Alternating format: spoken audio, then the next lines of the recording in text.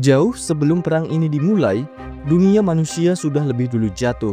Sebuah virus buatan yang seharusnya menjadi penemuan besar, malah membawa bencana, membunuh sebagian besar manusia, dan membuat para kera menjadi semakin cerdas. Dari kekacauan itu lahirlah seorang pemimpin. Dia adalah Caesar, seekor kera yang bukan hanya cerdas, tapi juga punya hati dan rasa kemanusiaan yang dalam. Ia pernah percaya kalau manusia dan kera bisa hidup berdampingan. Tapi kenyataan berkata lain. Di film sebelumnya, perang pertama telah pecah. Dan kini, Caesar harus menghadapi babak terakhir dari perjuangannya. Dalam War for the Planet of the Apes, Caesar tak lagi hanya memimpin kaumnya. Ia harus menanggung kehilangan, rasa bersalah, dan dendam yang menggerogoti hatinya. Ini bukan sekedar perang antara manusia dan kera. Ini adalah perang batin seorang pemimpin yang berjuang menemukan arti sejati dari kemanusiaan. Jadi bagaimana kelanjutan ceritanya? Oke, tanpa berlama-lama lagi, mari kita masuk ke video. Saya lagi di rumah nih guys. Jangan lupa like, comment, and subscribe. Okay. Di Cakrawala, 2 tahun kemudian, film dibuka di dalam hutan yang rimbun. Kita akan diperlihatkan sekelompok manusia yang terdiri dari tentara manusia dan kera pengkhianat, mantan pengikut Koba. Mereka dipimpin oleh seorang kapten, dan di bawah komando kolonel tangguh bernama McCloud. Mereka mendekati pemukiman kera. Tanpa peringatan, salah satu prajurit, Preacher, memulai serangan mendadak, menyebabkan kekacauan dengan banyak kera menjadi korban.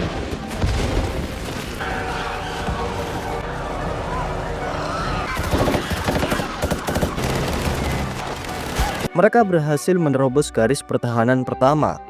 Namun seekor kera yang selamat dengan cepat mengirimkan sinyal SOS ke pasukan kera.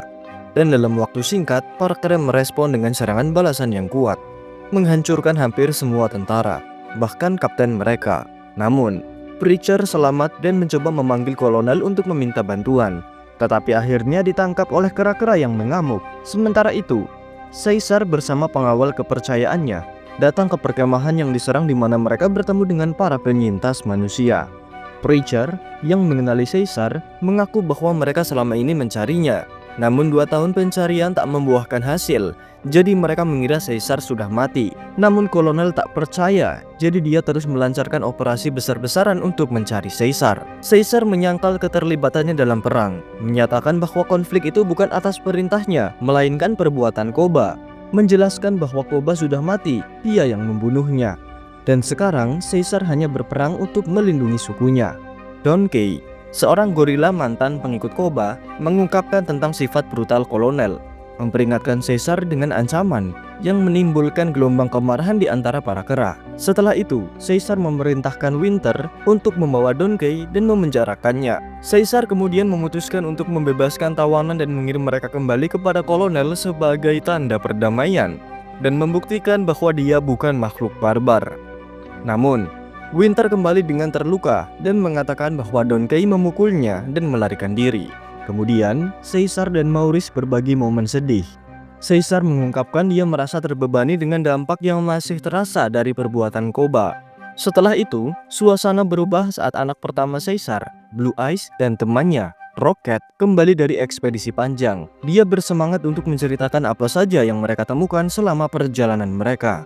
Caesar segera mengantar Blue Eyes kembali ke basis rahasia mereka yang tersembunyi di balik air terjun. Para kera berkumpul, dan pembicaraan tentang masa depan mereka pun dimulai. Blue Eyes mengungkapkan bahwa dia menemukan tempat persembunyian baru yang tak dapat dijangkau manusia, memicu kegembiraan di antara para kera. Winter, yang diliputi ketakutan, mendesak untuk segera berangkat untuk menghindari serangan manusia. Caesar yang tegas menenangkan kegelisahan Winter. Dia setuju dengan Blue Eyes bahwa mereka perlu melakukan langkah selanjutnya secara strategis dan tak bisa terburu-buru. Dia meyakinkan semua orang bahwa mereka akan memulai perjalanan ini bersama-sama, karena kera akan kuat jika bersama. Malam harinya, saat kegelapan turun, Caesar berjaga di atas keluarganya yang tertidur. Tiba-tiba, cahaya hijau misterius yang mengalir turun dari air terjun menarik perhatiannya. Setelah memeriksa lebih dekat, dia menemukan tali, tanda mengerikan dari invasi manusia lainnya.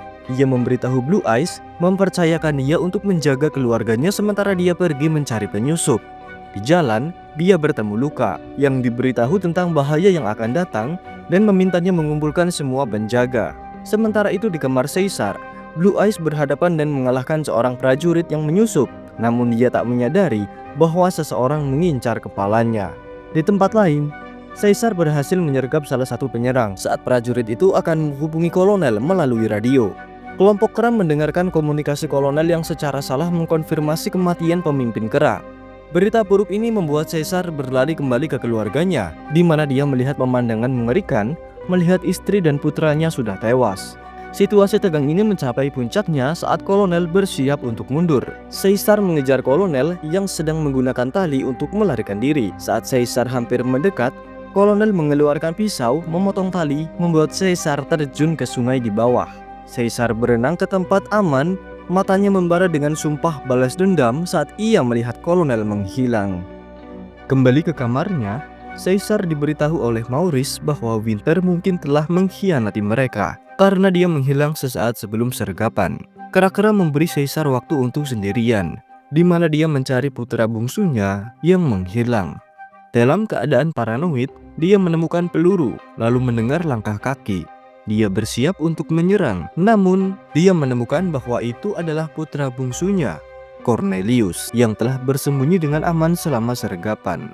Mengingat serangan mendadak malam sebelumnya, Caesar memutuskan untuk memindahkan seluruh suku ke tempat perlindungan baru yang ditemukan oleh Blue Eyes. Namun, dia memutuskan untuk tak ikut bersembunyi. Dia akan mencari pembalasan dan berharap menunda pasukan manusia yang akan mengejar sukunya melarikan diri. Tanpa dia sadari, dia diikuti oleh Maurice, Rocket, dan Luka. Meskipun Caesar bersikeras akan berangkat sendirian, ketiganya menolak membiarkannya pergi ke medan perang sendirian.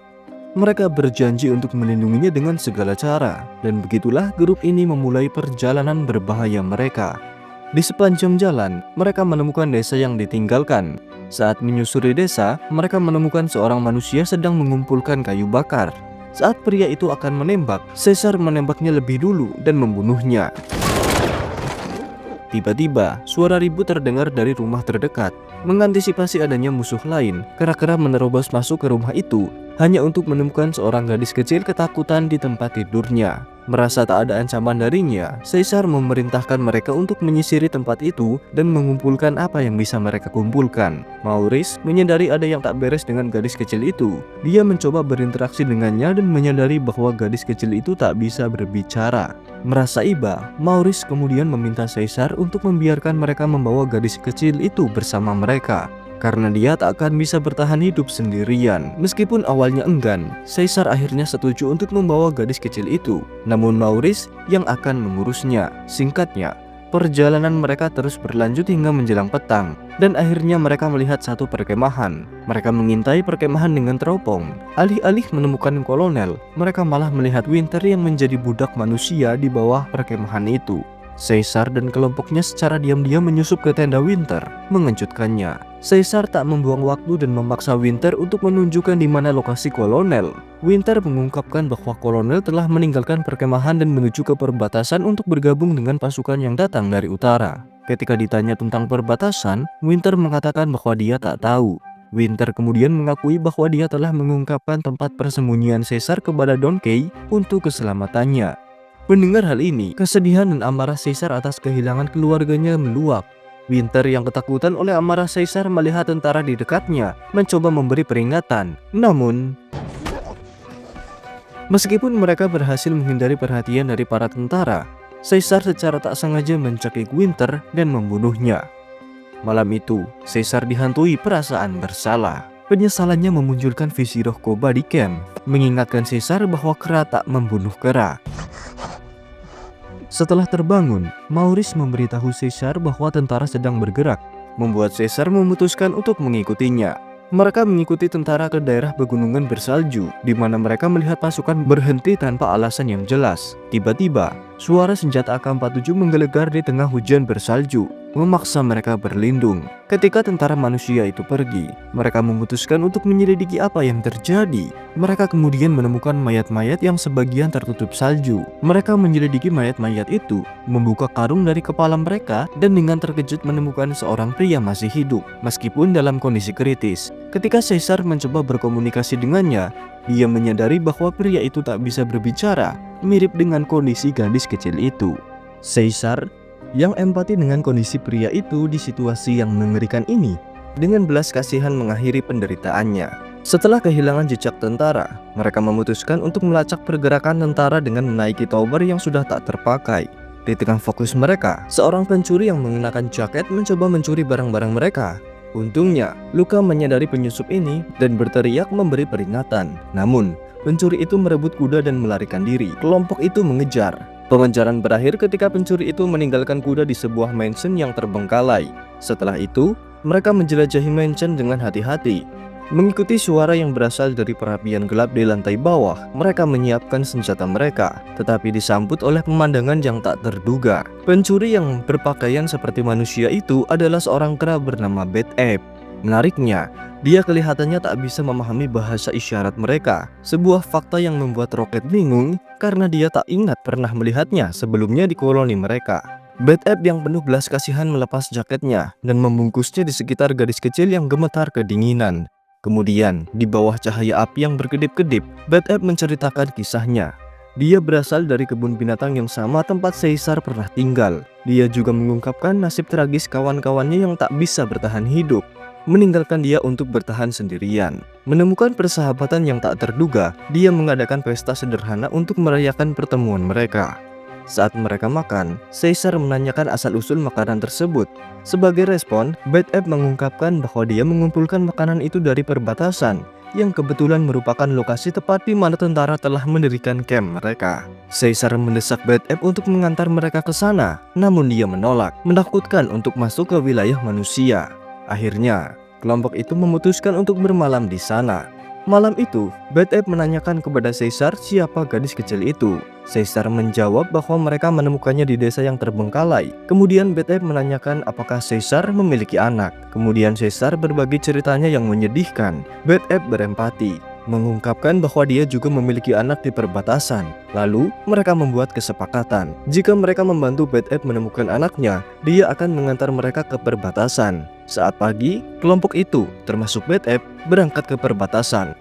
Setelah tiba, Caesar memerintahkan Luka untuk melakukan pengintaian lebih dekat. Namun, misi pengintaian mereka terganggu oleh manusia yang berpatroli. Luka muncul melindungi Caesar, mendorongnya keluar dari bahaya dan bertarung dengan musuh, membunuh satu orang.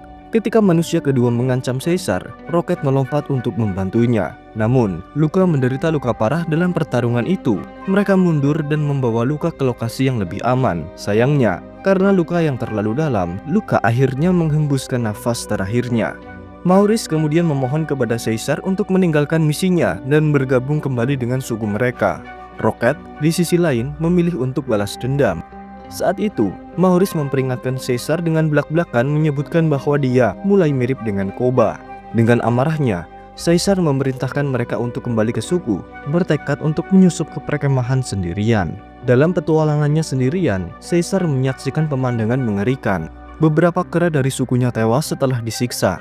Tubuh mereka dipajang secara mengerikan di tiang-tiang. Dia terus maju ke tepi perkemahan hanya untuk menyaksikan pemandangan yang membuatnya putus asa. Seluruh anggota sukunya telah ditawan. Kemudian, dia melihat salah satu kera masih hidup. Dia bergegas untuk membebaskan kera terluka itu. Kera yang terluka itu menjelaskan bahwa mereka diserang secara tiba-tiba saat dalam perjalanan ke tempat persembunyian. Namun, alih-alih dibunuh, mereka diperbudak oleh kolonel yang ingin menggunakan tenaga mereka sampai mereka mati. Sebelum kera itu bisa mengungkapkan lebih banyak, dia tewas karena lukanya. Tiba-tiba, Caesar diserang dari belakang oleh Red Donkey dan pingsan. Setelah sadar kembali, Caesar menemukan dirinya ditodong oleh Preacher dan kemudian berhadapan dengan kolonel di dalam perkemahan. Kolonel yang tertarik dengan kegigihan Caesar bertanya apakah dia datang untuk membebaskan kera-keranya. Caesar menjawab bahwa dia datang untuk membunuh kolonel. Ketika kolonel menanyakan siapa kera-kera yang ia bunuh pada malam itu, Caesar mengungkapkan bahwa kolonel telah menghabisi keluarganya. Jadi jelas kenapa Caesar sangat gigih. Kolonel meminta maaf atas kehilangan Caesar, lalu bertanya bagaimana Caesar mengetahui lokasinya. Caesar menjawab bahwa dia diberitahu dan menambahkan bahwa bala bantuan sedang dalam perjalanan untuk membantu membasmi kera-kera. Kolonel tampaknya mengabaikan berita itu dan Caesar dibawa ke kandang. Area penahanan dibagi menjadi dua bagian, satu untuk dewasa dan satu untuk anak-anak. Dari seberang pembatas, Caesar melihat putranya, Cornelius, memanggilnya. Dia terkejut melihat kawanan sukunya menjauhi Caesar. Pada pagi hari, kandang-kandang dibuka dan penjaga memaksa kera-kera yang ditawan untuk bekerja. Kera-kera dipaksa membangun tembok. Caesar bingung mengapa manusia membutuhkan benteng semacam itu.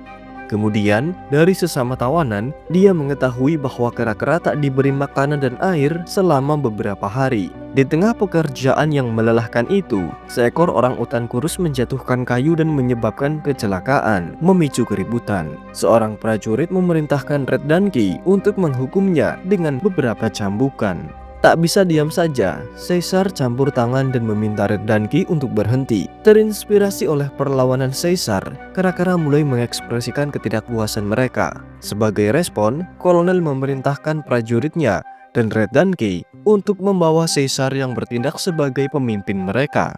Mereka memaksa Caesar berlutut, dan Red Donkey mulai memukulinya di hadapan kolonel dan kera-kera lain. Setelah pemukulan selesai, kolonel mendesak Caesar untuk memerintahkan keranya kembali bekerja. Meskipun diminta, Caesar dengan tegas menolak, menekankan bahwa sukunya membutuhkan makanan dan air.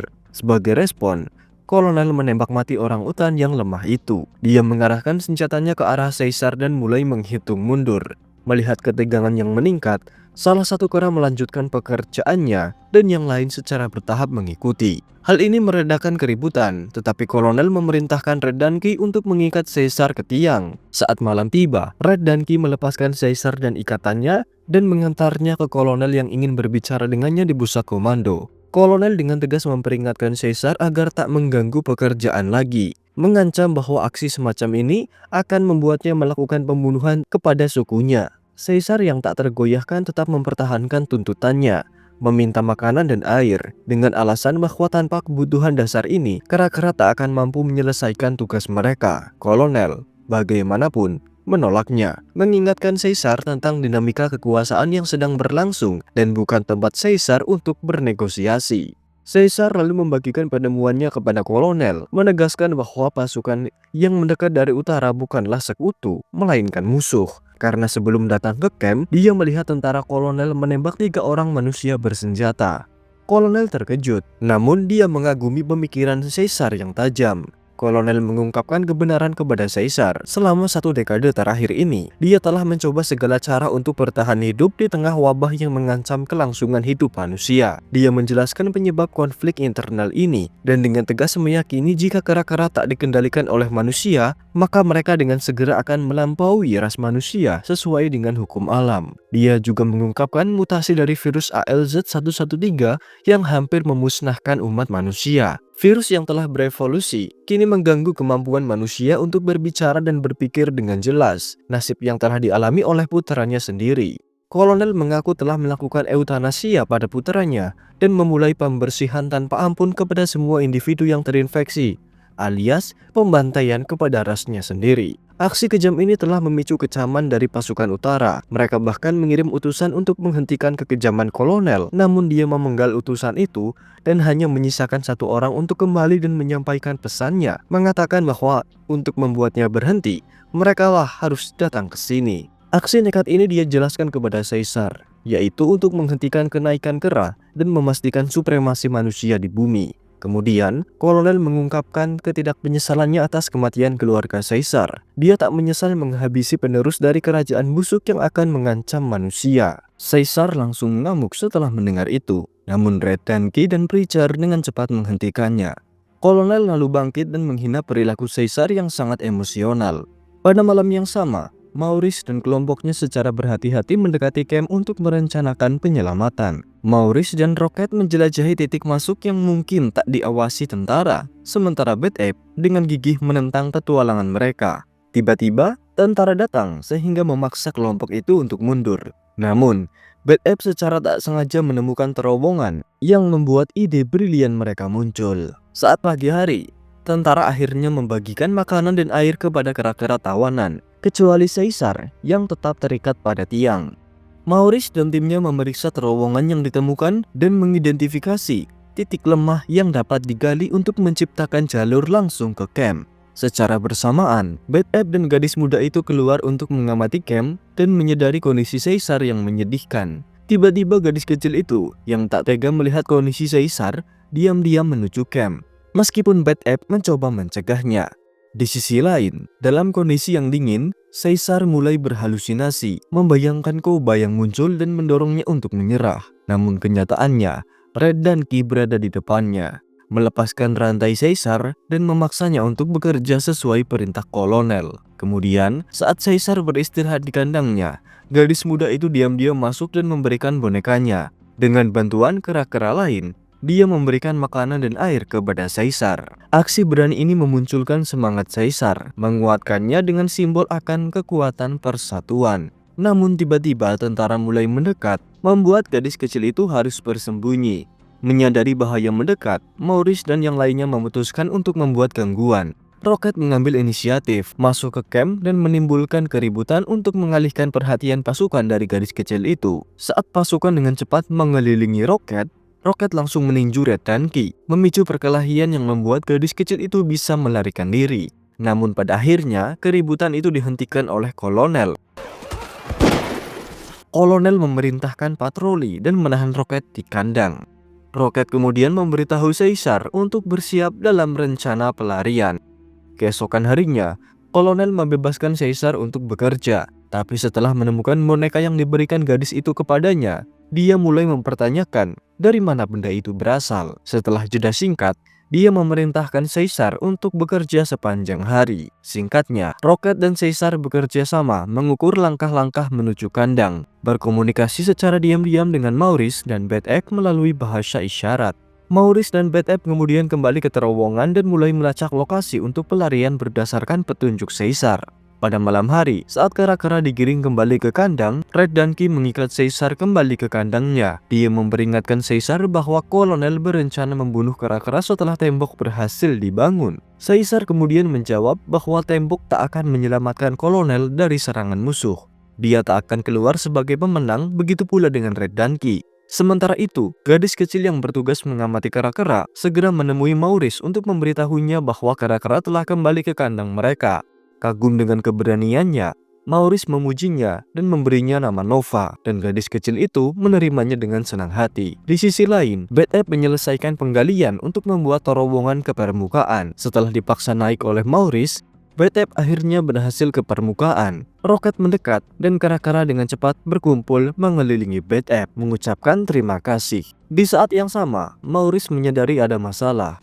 Terowongan tergenang air karena tepat di sebelah pembuangan air bawah tanah, membuatnya tak mungkin menggali menuju ke kandang anak-anak kera. Mereka menyampaikan informasi ini kepada Caesar yang dengan cepat merancang rencana alternatif. Kera-kera kemudian memulai rencana mereka dengan memancing penjaga, melempari dia dengan lumpur, dan membuatnya memasuki kandang sendirian. Di sana, penjaga mengancam kera-kera, tapi Rocket terus melemparinya dengan lumpur, memancing penjaga ke dalam rangkap lubang mereka.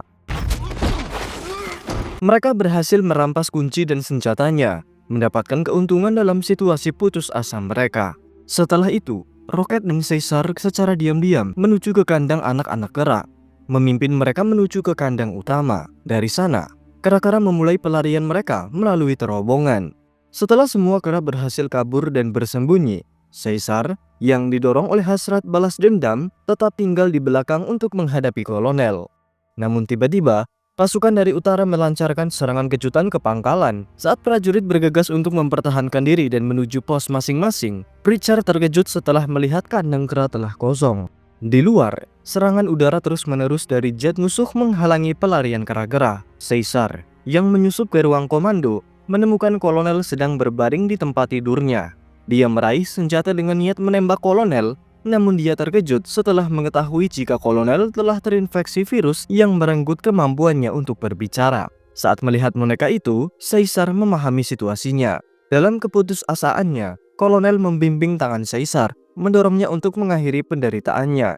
Meskipun Caesar ingin membalas dendam, dia akhirnya enggan menarik peletup, meletakkan senjatanya, dan merasa iba pada kolonel yang malang. Kolonel yang ditinggalkan dalam penderitaannya, mengambil senjatanya dan mengakhiri hidupnya sendiri. Sementara itu pertempuran sengit masih berlanjut di luar. Di garis depan, seorang tentara bersama Red Donkey melihat kera-kera yang melarikan diri dan menembaki mereka, membunuh beberapa di antaranya.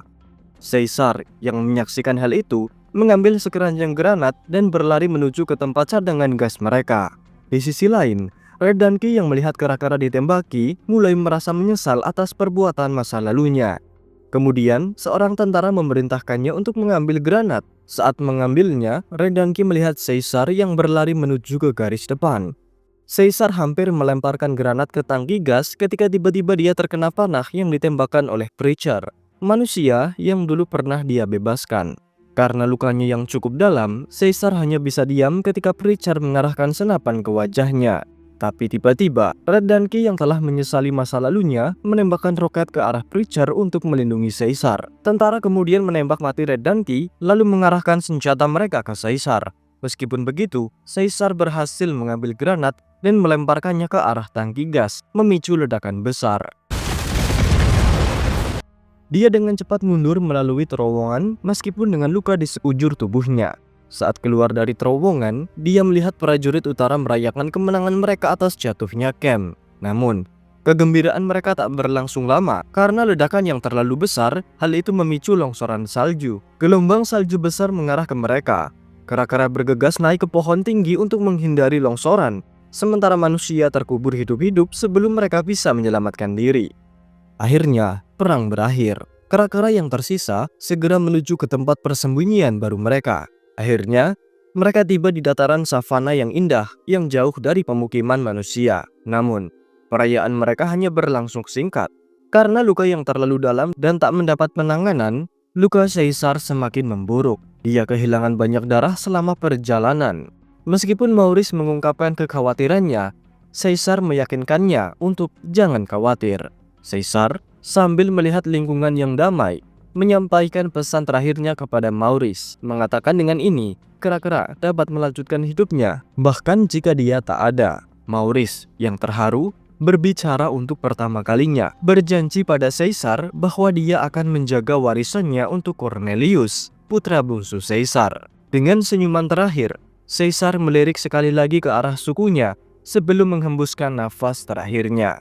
Puas mengetahui bahwa sukunya, keluarganya, akhirnya telah aman, dan film berakhir. War for the Planet of the Apes bukan sekedar film tentang peperangan antara manusia dan kera. Ini adalah cermin yang memperlihatkan sisi paling dalam dari apa artinya menjadi manusia. Melalui sosok Caesar, kita belajar bahwa kecerdasan tanpa belas kasih hanya akan membawa kehancuran. Tapi hati yang penuh empati, bahkan dari makhluk yang dianggap rendah sekalipun, bisa menyalakan harapan bagi seluruh dunia. Caesar berjuang bukan untuk balas dendam, tapi untuk masa depan. Untuk membuktikan bahwa kedamaian tak lahir dari kekuatan, melainkan dari pengampunan. Dari kisah ini, kita bisa mengambil satu pelajaran penting. Kadang, musuh terbesar bukanlah mereka yang kita lawan, tapi amarah dan kebencian yang kita pelihara dalam diri sendiri. Dan saat kita mampu mengalahkan itu, disitulah kemenangan sejati tercapai. Inilah akhir dari perjalanan Caesar, tapi juga awal dari sebuah dunia baru. Dunia yang lahir dari pengorbanan, harapan, dan kemanusiaan sejati. Sekian video kali ini. Like jika suka dengan videonya, dislike aja kalau nggak suka. Dan sampai jumpa di video selanjutnya. Bye-bye.